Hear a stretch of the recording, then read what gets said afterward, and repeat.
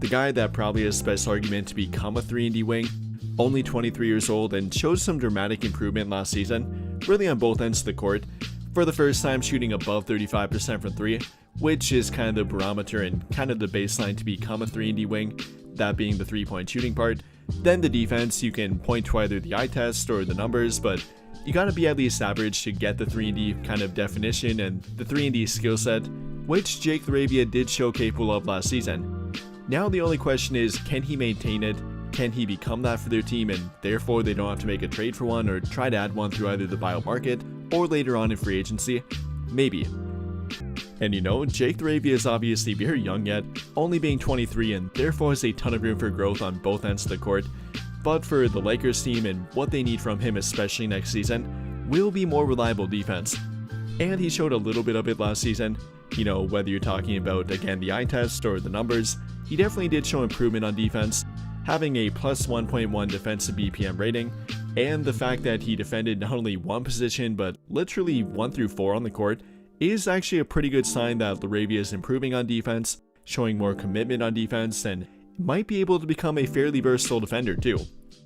Per bbballindex.com, Jake Laravia defended point guards roughly 17% of the time last season, having a C grade while doing so, defending shooting guards roughly 29% of the time, also having a grade of a C defending them, defending small forwards roughly 27% of the time, this being his best matchup and having an A grade when matched up with small forwards, then defending power forwards roughly 19% of the time, also having a fairly decent grade here with a B-,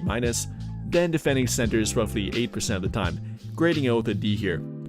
So pointing to that, he definitely does defend his own position pretty well, that being small forward, and that's kind of what I point to with him, and thankfully that's kind of what the Lakers need most here. Apart from Jared Vanderbilt, they don't really have a big wing defender. So after Vanderbilt, and I guess if you want to throw a Duthero in there too, though he's not likely to be part of their rotation or not every game rotation in my opinion, then I'd probably point to Jake Laravia as their next best option, which might sound a bit funny, but he did show it last season too. And although you might compare his body type and position to a Rui Hachimura for example, though they're actually very different and they move very different too. Yes, they're both roughly 6'8" and 235 pounds to 240 pounds, having a pretty well-developed frame, but Jake Laravia is a lot more mobile in regard to side-to-side athletic ability. Rui Hachimura is a bit more athletic in regard to north-to-south athletic ability, probably being a better vertical leaper, but for defense you definitely need more side-to-side movement if you're guarding perimeter players, which both of them do plenty for their team and Laravia is simply better at doing it. I mean, pointing to his screen navigation for one thing, this is kind of my main complaint with Rui Hachimura, isn't good at getting around screens and navigating the court on defense, therefore his best position on defense is power forward and even small ball center at times, not really a small forward or kind of a guard defender, he doesn't do that very well in my opinion, but Jake Laravia actually does it fairly well and again he showed it last season too.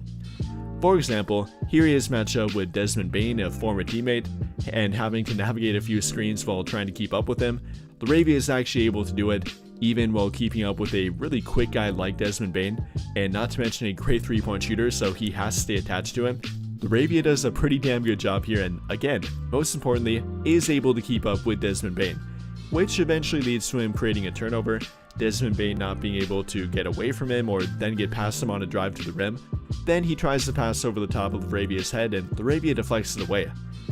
Or then the next time down the court, showing off his switchability a little bit, guarding Desmond Bane and picking him up at half court, navigating a screen and then switching on defense to Lamar Stevens. Stevens trying to basically run right through Jake Laravia. Laravia's build holding up and once again deflecting a pass for another turnover for their team. Now obviously we're only looking at 2 examples here, so don't dig too much into it. You can definitely find other plays where Laravia doesn't do the right thing here or maybe gets lost on a screen, but if we're comparing him to a Rui Hachimura or simply what the Lakers don't have much of on defense, especially on the wing,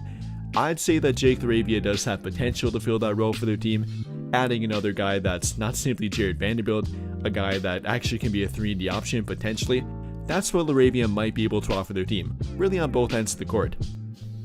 And then talking more about that offense, I think this is more the given with him. I'm actually fairly confident in Jake Laravia maintaining what he did last season, not only in regard to the scoring production or the 3-point shooting, but all around getting better on defense and maintaining what he did again too.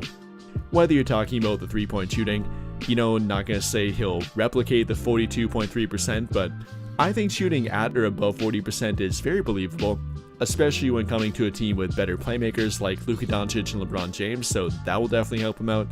Or then simply talking about his ability to create for himself. Actually is a pretty good ball handler and actually probably a lot better than you might think. Is pretty crafty. Then with his rather large build, if a smaller defender is guarding him, he can bully them and get directly to the rim. So that's an advantage for Jake Laravia, whether you're talking about his on-ball ability, off-ball ability with 3-point shooting, or simply everything he can do offensively, is a fairly versatile option, and not to mention can play anywhere from shooting guard, small forward, even power forward. That's definitely an advantage for him in the rotation and likely could lead to more playing time for himself too. And while I'm definitely not pinning him and Jared Vanderbilt against each other, I think they'll actually share the court quite often and probably will be a pretty good wing fit together. One thing I would point to Jake Laravia with, and if he can maintain it or even improve it, then they might have a lesser need for Jared Vanderbilt on the court. Not only with the defense, that's kind of the first thing to point to with it, but also the rebounding with him. He's actually a better rebounder than Rui Hachimura in my opinion. Last season grabbing roughly 7 of them per 36 minutes, also grabbing 2.5 offensive rebounds per 36 minutes. Again, does have a fairly similar build to Rui Hachimura, but is also quick and a bit more athletic in regard to side-to-side movement on defense, so that could help him out and potentially take away minutes from maybe both Jared Vanderbilt and Rui Hachimura in some matchups, so that's another thing to point to with Jake Laravia. And overall, while there definitely tend to be a lot of ifs with Jake Laravia, if he can maintain his 3-point shooting and overall offensive production, if he can improve on defense and show what he did at moments last season and throughout his young career, if he can do that and build off of that, then he could potentially fill a big role for their team and maybe even become a starter down the line for their team. Definitely a lot of ifs here, but I do like the outlook with Jake Laravia with their team. But I think that'll pretty much do it for this one, and if you enjoyed the video, then I'll greatly appreciate it if you dropped a like, subscribe to the channel if you have not already, and hit that notification bell to never miss out when I upload a video. But as always, thank you for watching and have a great day or night.